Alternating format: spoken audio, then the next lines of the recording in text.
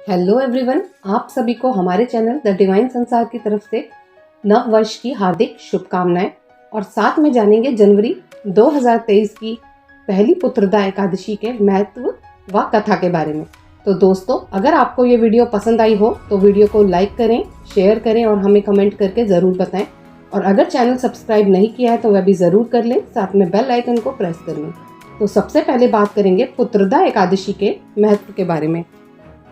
पौष मास का पुत्रदा एकादशी व्रत 2023 में पौष महीने के शुक्ल पक्ष की 11 तिथि को रखा जाएगा।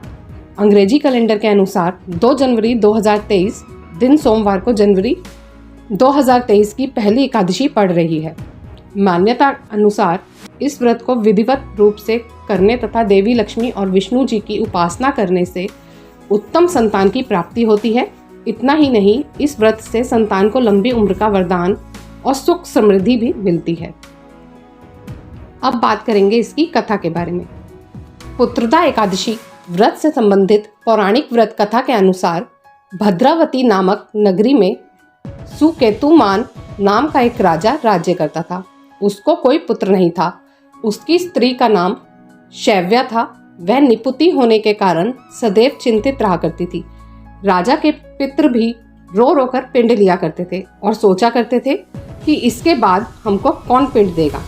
राजा को भाई, बांधव, धन, हाथी, घोड़े, राज्य और मंत्री, इन सब में से किसी से भी संतोष नहीं होता था। वह सदैव यही विचार करता था कि मेरे मरने के बाद मुझे कौन पिंडदान करेगा। बिना पुत्र के पितरों और देवताओं का ऋण मैं कैसे चुका सकूंगा। जिस घर में पुत्र ना हो उस घर में सदैव अंधेरा ही रहता है। इसलिए पुत्र उत्पत्ति के लिए प्रयत्न करना चाहिए। जिस मनुष्य ने पुत्र का मुख देखा है वह धन्य है। उसको इस लोक में यश और परलोक में शांति मिलती है, अर्थात उसके दोनों लोक सुधर जाते हैं। पूर्व जन्म के कर्म से ही इस जन्म में पुत्र, धन आदि प्राप्त होते हैं। राजा इसी प्रकार रात दिन चिंता में लगा रहता था। एक समय तो राजा ने अपने शरीर को त्याग देने का निश्चय किया, परंतु आत्मघात को महान पाप समझकर उसने ऐसा नहीं किया।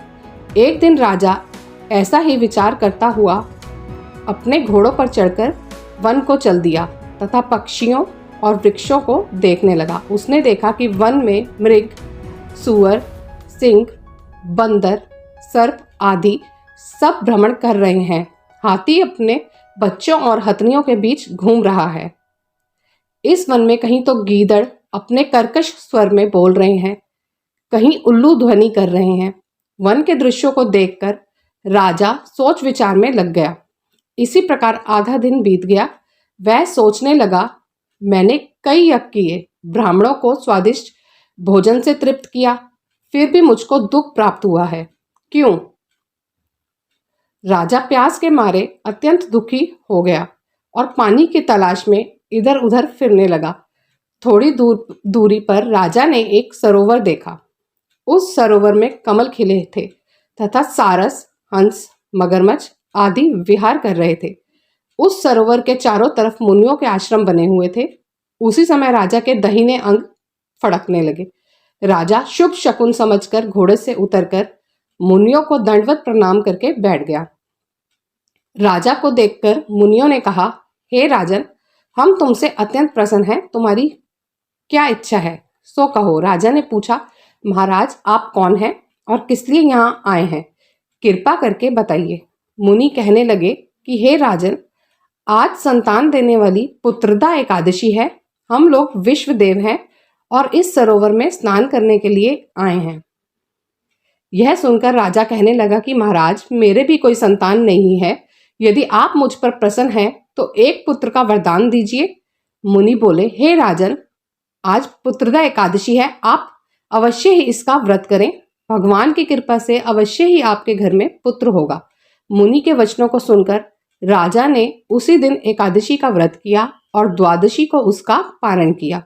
इसके पश्चात मुनियों को प्रणाम करके महल में वापस आ गया। कुछ समय बीतने के बाद रानी ने गर्भ धारण किया और 9 महीने के पश्चात उनके एक पुत्र हुआ। वह राजकुमार अत्यंत शूरवीर, यशस्वी और प्रजापालक हुआ।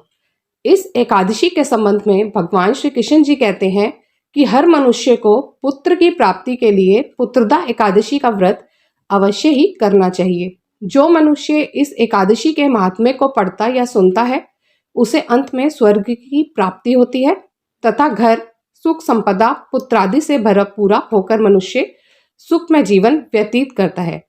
आज के लिए इतना ही। कथा समाप्त। धन्यवाद।